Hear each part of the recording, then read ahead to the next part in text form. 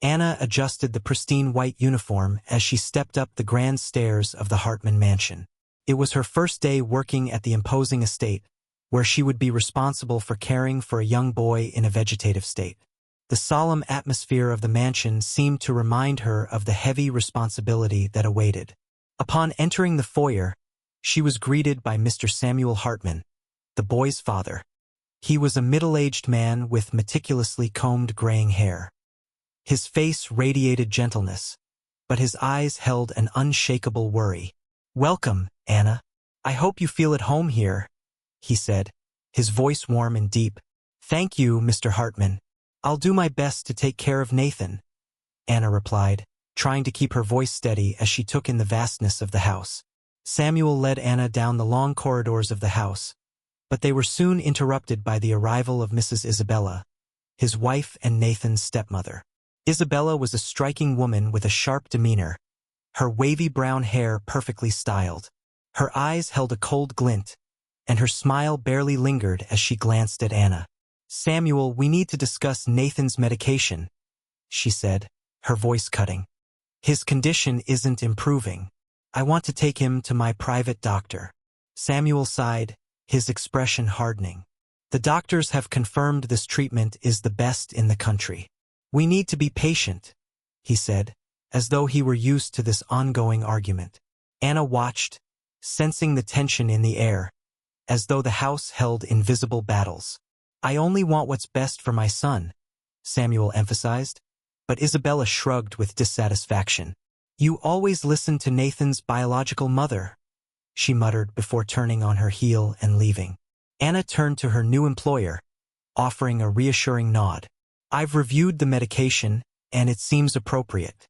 I'll care for Nathan attentively," she said, her eyes reflecting determination. Samuel gave her a relieved smile. "I trust you, Anna," he said, then led her to Nathan's room. The boy's room was filled with a heavy silence, broken only by the steady beeping of medical devices.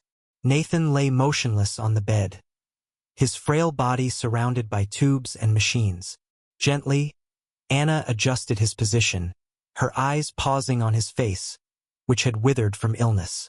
"Poor child. I'll do my best to help you," she whispered to herself. Suddenly, she froze. Her heart skipped a beat as she saw something unbelievable. Nathan's finger moved.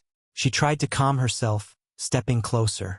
Nathan's face, though still, seemed to harbor a deep sadness. Anna leaned down, her voice trembling. "Nathan? If you can hear me, please give me a sign," she whispered, her eyes wide with disbelief. Silence enveloped the room, but then, slowly, Nathan's finger moved again. Anna held her breath, a wave of fear washing over her. "I need to tell the family," she thought, but as she mentioned the family, Nathan's eyes flew open, wide with terror, and the machine's beeping turned erratic. Anna stepped back, stunned. "If you don't want me to call them, move your finger twice," she said, hoping she had misunderstood. But Nathan complied, confirming what Anna feared. Something was terribly wrong in this house. Standing straight, her heart pounding, Anna scanned the room to ensure they were still alone.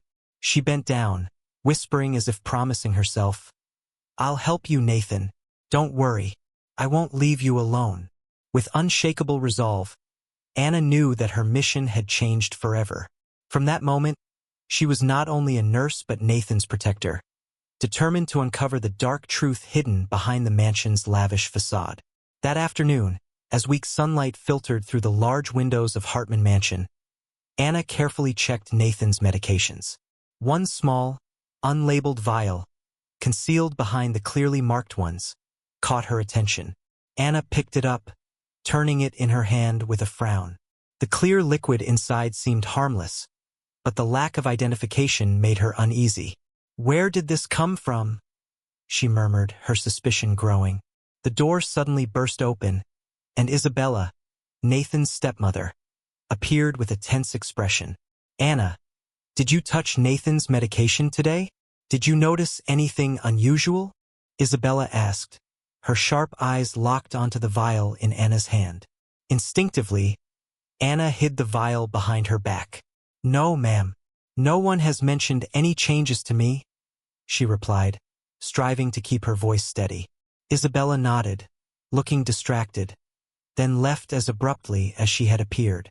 Once Isabella was gone, Anna knew she couldn't ignore the strangeness. She slipped the vial into her pocket, her mind racing with questions. Why did she ask about the medication? Why is Nathan afraid of his family? The sense that something was profoundly wrong clung to her. That night, while Nathan slept, Anna quietly investigated the room further. She opened drawers, searching for anything that might explain the mystery. At the bottom of a small cabinet, she found a bag containing empty packets that matched the unmarked vial she had discovered earlier. Her heart raced, and dread settled in her stomach. "This can't be a coincidence," she whispered. Suddenly, footsteps echoed down the hallway. Anna quickly hid the bag and straightened, trying to look composed. The door opened, and a stranger walked in.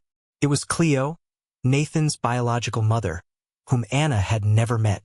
Cleo had a strong gaze, but her face was marked with desperation. "Has Nathan shown any signs of improvement?" Cleo asked, her voice full of hope and anxiety. "I'm Cleo, Nathan's mother," she introduced herself, never taking her eyes off her son. Still shocked by Cleo's sudden appearance, Anna replied quickly, "No, ma'am. His condition hasn't changed." Cleo gently touched her son's hand, tears welling in her eyes. Anna wondered if she had really seen Nathan move earlier, or if it had all been her imagination. At that moment, Isabella returned, and the tension in the room thickened. She shot Cleo a disdainful look. "Cleo, you're here unannounced again.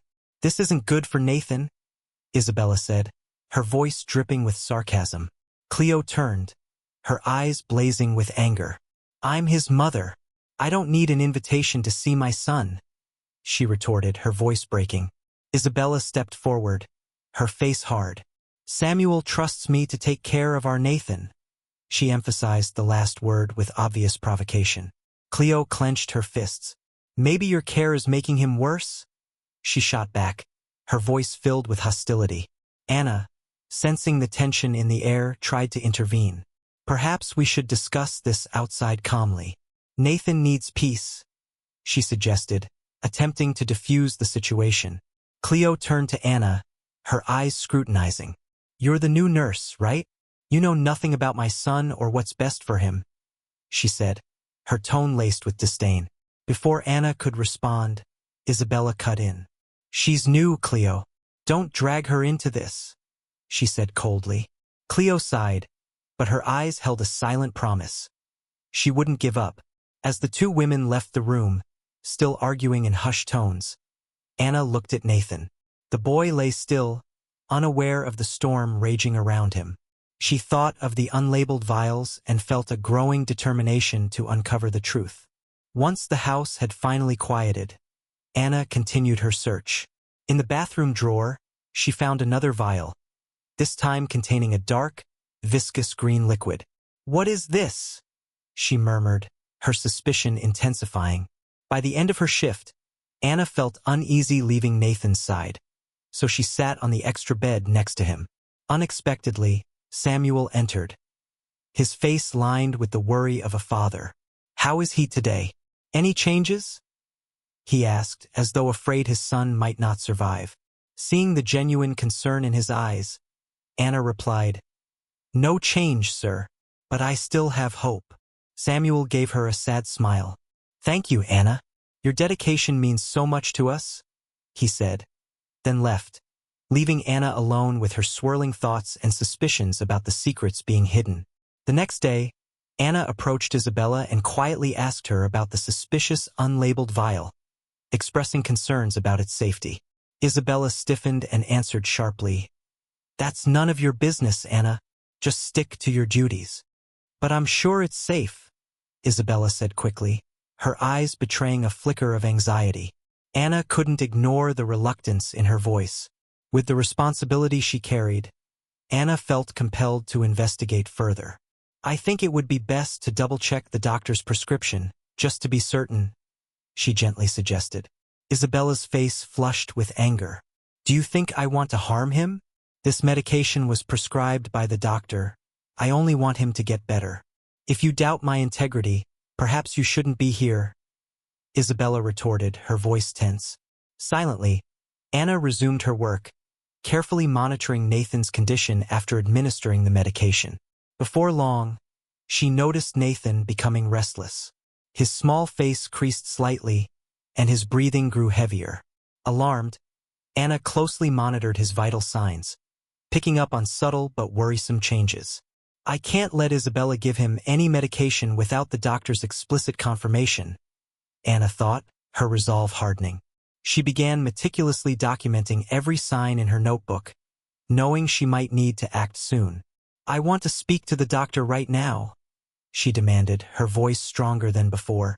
Isabella remained in the room, glaring at her with irritation. Anna, you're new here, and every medical decision has always been made with Nathan's best interest in mind. Isabella tried to reassure her, but Anna stood firm. Nathan's well-being is my top priority.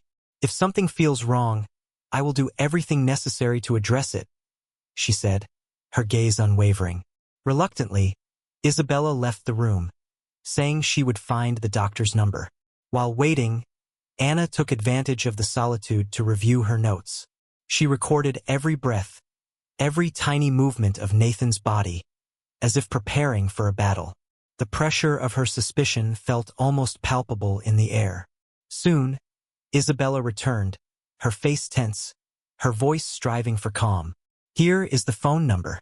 The doctor's name is Dr. Huxley, she said, handing Anna a small slip of paper. Anna took it, her hands trembling slightly. Thank you, she replied, trying to steady her voice. Without wasting time, she called Dr. Huxley, her voice polite but resolute, insisting that he come to assess Nathan as soon as possible. When Dr. Huxley arrived, Anna felt a wave of relief. He was a calm, middle-aged man with the keen eyes of someone experienced in his field. After examining Nathan thoroughly, he turned to Anna, his expression neutral. This prescription is entirely appropriate for Nathan's condition. The changes in his vital signs are temporary reactions, nothing out of the ordinary, he declared firmly, exchanging a glance with Isabella that seemed to carry an unspoken understanding. Anna felt both relieved and disappointed. Relieved that there was no immediate medical error, yet disappointed because her unease refused to dissipate.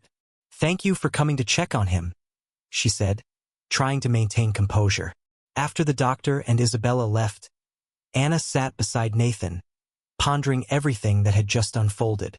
As night fell, bringing a deceptive calm over the mansion, Anna kept her eyes on the boy. Despite Dr. Huxley's reassurances, she couldn't shake the feeling that something was gravely wrong. If anything is truly amiss, I'll find it out, she whispered, making a silent promise to the fragile boy. As she kept her vigil, Nathan's finger unexpectedly twitched. His eyes opened and briefly locked onto hers, brimming with a clarity she couldn't ignore. Her heart raced. Nathan? She whispered, leaning closer. Once more, his finger moved, and then his eyes slowly closed, slipping back into his previous state. But that fleeting moment was enough for Anna to know that there was something more beneath Nathan's condition. Determined to gather more clues, Anna began searching the room. After some time rummaging around, she discovered a small, childishly labeled diary with Nathan scrawled across the cover in wobbly handwriting. A surge of adrenaline coursed through her veins. Maybe this diary holds some answers, she thought, but it was locked tight.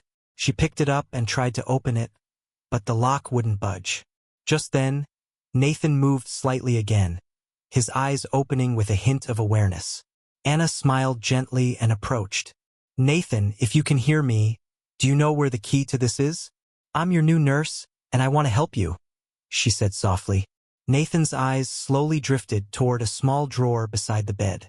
Anna opened it and found a tiny golden key, hidden beneath old papers and faded photographs.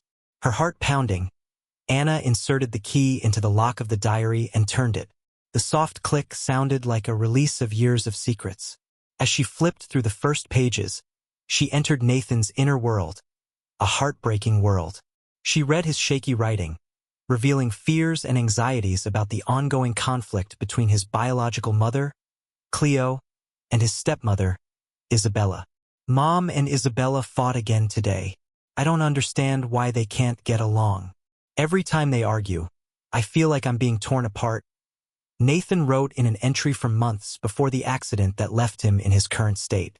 Anna turned more pages, reading about his worries and loneliness, feeling pulled into a conflict he never wanted to be a part of. I just want everyone to stop fighting over me like I'm an object, he wrote, his despair palpable. Each entry painted a vivid picture of Nathan's pain and helplessness, strengthening Anna's resolve to protect him. As she closed the diary, Nathan's words echoed in her mind, mirroring her own fears about the mansion's hidden truths. Anna sat beside Nathan's bed, her determination solidifying. Clutching the diary to her chest, she looked at Nathan, his eyes once again shut. "I'll protect you, Nathan," she whispered, her voice firm in the darkened room. "Now that I know how you feel, I won't let anyone hurt you anymore." Armed with this newfound knowledge, Anna knew time was running out. She had to confront Samuel and Isabella to get answers. Not just for herself, but for Nathan, the boy who had silently endured for too long. The confrontation could change everything for Nathan, and Anna braced herself for the coming challenge. At dawn, while passing by the office to gather medical supplies for Nathan, Anna overheard Cleo, Nathan's biological mother, speaking in a strained voice behind the partially closed door. "We have to turn off the machines, Samuel. I can't bear to see our son like this any longer." Her voice trembled, and Anna froze, her heart skipping a beat. "He's suffering. We can't keep him in this state." Anna's heart clenched, and she paused to listen, her pulse pounding in her ears. Samuel replied, his voice weary and broken. "I don't want to discuss this again. I've arranged for the medical team to come and start the procedure. It will be painless, and his suffering will finally end." Hearing this, Anna didn't hesitate any longer. She rushed back to Nathan's room, her heart racing and her mind swirling with fear. The once gloomy, silent mansion was now filled with urgency and dread. When she reached Nathan's room, Anna stood guard beside his bed, prepared to protect him at any cost. Moments later, Isabella and Cleo burst in, still locked in a heated argument. "We can't give up on him now, Cleo. There's always hope, always a chance for improvement," Isabella protested, her voice fierce with conviction. But Cleo, looking exhausted and resolute, countered, her voice heavy with years of struggle. "This isn't living, Isabella. Look at him. Is this fair? We're prolonging his pain." Anna watched the tense exchange, ready to reveal what she had discovered, when suddenly Nathan's eyes opened. "Stop," he said, his voice weak but clear enough to silence both women. Isabella and Cleo turned, stunned. "He spoke," Anna echoed, unable to believe what she was witnessing. Nathan looked directly at Anna, his eyes filled with resolve. "Call the police," he whispered. A stunned silence filled the room, broken only by the rhythmic beeping of the medical machines. Both Cleo and Isabella were frozen, unable to comprehend the reality unfolding before them. Nathan's voice, long forgotten, now echoed with an unyielding will, shifting the entire dynamic of the moment. Anna, processing what had just happened, immediately grabbed her phone, her hands shaking. She dialed the police, her determination unbreakable. As the phone rang, she met Nathan's gaze, seeing a mixture of fear and strength in his eyes. At that moment, Samuel entered the room, and Anna quickly updated him on the astonishing turn of events. The father, seeing his son's newfound spark of life, fell to his knees, overcome with emotion. Nathan's gaze remained on Cleo and Isabella, his plea hanging in the air like a challenge. Cleo, her eyes brimming with tears, slowly approached the bed, her hard exterior softened, replaced with regret. "Nathan, I only wanted what was best for you. I thought you were suffering," she said, her voice breaking. Nathan gave her a faint smile, attempting to convey forgiveness. Isabella, standing nearby, her face a tumult of conflicted emotions, spoke in a tone that was no longer defensive but gentle. "Nathan, we would never abandon you, especially not now." But before they could say more, Nathan interrupted, his voice still weak but unmistakably clear. "I need to tell the truth. To the police," he said, but his strength waned, and each word took tremendous effort. Anna watched his monitors intently, prepared to intervene if his condition worsened. "Please, Nathan, rest. We can talk about this later when you're stronger," Isabella pleaded. But Nathan shook his head slowly, his eyes resolute. Just then, the machines began to beep wildly, signaling distress. Anna urgently called for an ambulance, and she worked to stabilize Nathan's condition. She administered medication to manage his blood pressure as the others in the room watched with bated breath. Finally, the emergency team arrived, rushing into the room. Anna held onto Nathan's hand, keeping her silent promise to protect him. "I won't let anyone hurt you." The room fell quiet, as if Nathan had used every last bit of strength to cry for help before drifting back into unconsciousness. His eyes closed and his body went limp. The medical staff quickly took over, instructing Cleo, Isabella, and Samuel to step aside as they worked to stabilize him. Anna supported them, explaining Nathan's condition while holding his hand until she finally had to let go, entrusting him to the experts. Chaos erupted quickly in the mansion as the police arrived. An officer approached Anna, his voice urgent. "We were told the patient wanted to make a statement. Is he able to speak now?" Anna shook her head, the disappointment and fear evident in her eyes. "He fell back into a coma before he could reveal anything. We don't know when or if he will wake up," she said, her voice trembling. The officers exchanged grim looks. "We need all the information we can get about what led to this situation," one of them said. "Once the boy improves, we'll need him at the station to clarify everything." Tension filled the air as the doctors decided to transport Nathan to the hospital for further tests. Anna overheard one doctor murmuring in concern, "We might lose him. It's alarming that a sudden moment of consciousness could be a sign of something far more severe." Anna's mind flashed back to her own mother, who had also experienced a strange moment of lucidity before passing away. They had shared a few precious hours, talking as if her mother had fully recovered, only for her to slip away shortly after. The painful yet beautiful memory heightened Anna's fear. "Dear God, please don't let anything bad happen to Nathan," she prayed, tears streaming down her face as she watched the boy being loaded into the ambulance. The ride to the hospital was filled with worry. Anna's mind raced with thoughts of what Nathan had tried to say and the dangers he faced. Upon arrival, Nathan was rushed into the emergency room. Doctors and nurses surrounded him, and Anna stayed by his side, whispering prayers and holding his hand, offering whatever comfort she could. Dr. Huxley, who was leading the medical team, spoke to Anna while urgent tests were underway. "I suspect there may have been an incorrect combination of medications, potentially leading to an overdose," she voiced her concerns. Dr. Huxley nodded. "We'll run blood tests to check for any drug toxicity. If there's an overdose, we'll identify which medications were involved," he said. "But I assure you that the medication Mrs. Isabella administered wasn't the cause." While waiting for the test results, Anna sat on a bench in the hallway, her hands clasped in silent prayer. Memories of her mother came flooding back, intensifying her dread. "Please, don't let this be like my mom," she whispered, her voice breaking. Finally, Dr. Huxley returned, his expression grave. "We found extremely high levels of a particularly potent drug in Nathan's system," he reported. "This drug must be administered with utmost caution.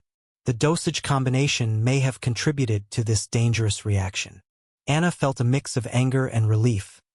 Angry that her suspicions of negligence had been confirmed, but relieved there was finally something concrete to act on. "We need to investigate further to determine whether this was a mistake or something more sinister," the doctor added. He looked at Anna, his gaze serious.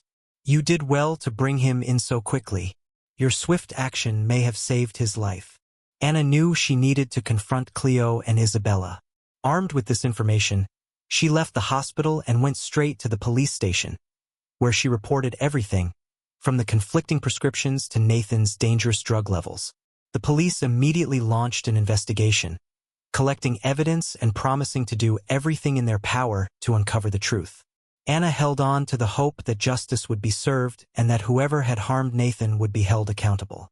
Returning to the hospital, Anna was filled with hope and determination to protect Nathan. She braced herself for a confrontation with Samuel and Isabella, knowing that the pieces of the mystery were finally coming together. With the truth and the law on her side, Anna walked down the hospital corridor, thinking about the shocking revelations of how Nathan had been mistreated. Her resolve to defend the boy had never been stronger, but she had no idea how soon that resolve would be tested. A medical staff member approached her and announced that Nathan had been stabilized, thanks to the timely administration of an antidote. Rumors spread throughout the hospital that someone had tried to poison the boy. I was right, Anna thought, her suspicions confirmed, but the question remained: who was responsible? Entering Nathan's room, Anna found Samuel there, his face tense and confused. He stood rigidly, his eyes fixed on her with obvious strain. "Anna, we need to talk," he said decisively, not giving her a chance to respond. Before she could speak, Samuel continued, "Your presence here is adding to the stress for everyone, especially Nathan. I think it's best if you stay away for a while." Anna was stunned, unable to believe what she was hearing. Nathan needed her now more than ever, yet she was being pushed away. "Samuel, I'm only trying to help. I've uncovered important things," she began, but Samuel raised a hand to stop her. "I understand your intentions, but this situation is delicate. Nathan needs peace, and all this chaos isn't helping." Anna felt the unfairness of it all but knew that arguing now would only worsen the situation. Reluctantly, she agreed but remained determined to help Nathan in her own way. She softly approached the boy's bedside, gently holding his hand. "If something is wrong, you have to tell me. Please try," she whispered, trying to encourage him. Nathan slowly opened his eyes, his voice weak, barely more than a whisper. "Anna, not everyone is who they seem to be." His gaze locked with hers, filled with a seriousness that sent a chill down her spine. "Who isn't who they seem, Nathan?" she whispered back, leaning closer. Be careful," he struggled to say before his strength gave out, and he fell back into an exhausted state. Suddenly, the steady hum of Nathan's monitors was replaced by frantic beeping. Anna jumped up, her heart pounding as the screen flashed with critical alerts. Nathan was going into cardiac arrest. She immediately pressed the emergency button, summoning doctors and nurses to the room. Within seconds, the room was filled with medical professionals working frantically to save him. Anna was pushed out into the hallway, where she stood helplessly, fearing the worst as the doctors fought to stabilize Nathan. The police, alerted by the hospital about the dire situation, arrived promptly. A detective approached Anna, who was still in shock. "We've been informed there was an attempted poisoning. We're going to review the security footage to get to the bottom of this." Anna could only nod, her suspicions about Nathan being poisoned now confirmed, but she couldn't have imagined it happening right in the hospital. As the police reviewed the security tapes, they quickly uncovered something shocking. Footage showed Samuel sneaking into Nathan's room and injecting something into his foreline. Faced with the evidence, Samuel was immediately handcuffed and ultimately confessed, his voice broken with remorse. "I just wanted to end his suffering," Samuel sobbed. "I couldn't bear to see him like this any longer. I thought I was doing the right thing, but now I know I was wrong." Anna felt both fury and heartbreak. She thought of all the times Nathan had tried to communicate, to express his will to live. Samuel's actions had not only endangered Nathan but shattered the bond the boy could have had with his own father. As days passed, Nathan's condition slowly improved. He began to recover, regaining his strength and eventually walking and talking like a normal child. The investigation revealed that the medication Isabella had given Nathan had actually been helping him, and Cleo, after reflecting on her past decisions, agreed that Daphne should be Nathan's primary caregiver, ensuring he had a safe and stable environment. Anna continued to visit Nathan regularly, their bond growing stronger every day. On a sunny afternoon, she and Daphne watched Nathan playing joyfully in the park, his laughter ringing out. Anna reflected on the harrowing journey, grateful for the power of perseverance and love. "The boy made a miraculous recovery," Daphne said, her eyes filled with gratitude. Anna nodded, her heart swelling with joy, knowing she had fulfilled her promise to protect Nathan, not only for his safety but also for a future full of hope. Back at the hospital, after the investigation led to Samuel's arrest, sweeping reforms were implemented. The ordeal prompted stricter regulations on medication management and enhanced monitoring for complex cases. These measures ensured that no child would suffer the way Nathan had. Nathan's story became a powerful call to action and a source of inspiration. Anna became an advocate, raising awareness for children's medical safety, determined to prevent such tragedies from happening again. After Samuel confessed and was sentenced, society was reminded of the fragility of a parent's moral responsibility for their child's health. His actions were heavily condemned, as he had crossed ethical and legal boundaries, leading to a severe punishment that reflected the gravity of his misconduct. Despite everything, Anna continued to visit Nathan frequently, even as she embarked on a new role on Dr. Huxley's medical team. Thanks to her dedication and skill, she quickly rose to the position of head nurse. In this new chapter of her career, Anna found not only professional fulfillment but also a deeper understanding of her life's purpose. Her experience with Nathan had transformed her into a powerful advocate for patient safety. Anna was invited to share her story at various medical conferences, inspiring reform and raising awareness about the importance of safe pediatric treatments. Nathan, now a thriving teenager, had surpassed all medical expectations thanks to the unwavering love and care of his stepmother, Isabella. His recovery was not just physical. He blossomed into a young man with a resilient spirit. Surprisingly, the relationship between Isabella and Nathan's biological mother, Cleo, also evolved over time. What had once been a source of tension and resentment turned into mutual respect and understanding. The two women learned to set aside their differences for Nathan's sake. Their shared commitment to his well-being brought them closer together, eventually leading to a strong and unexpected friendship. They realized that what they both truly desired was the best for Nathan, and this common purpose granted him the peaceful family he had always longed for. One sunny afternoon, Anna, Isabella, and Cleo sat together on the porch, watching Nathan laugh and play with his friends. Daphne smiled softly, her heart filled with love and gratitude, as she saw the boy she had helped heal now full of joy and energy. Anna turned to Isabella, her eyes shining with warmth. "It's proof that love and perseverance can work miracles," she said. Together, they watched Nathan run across the grass, feeling the vibrant life and pure happiness radiating from each step he took. Every day was a new chance to cherish and celebrate life, to move forward with hope. Anna reflected on the lessons she had learned and the experiences that had shaped her career and her soul. This journey had taught her that the power of faith, love, and perseverance could illuminate even the darkest paths.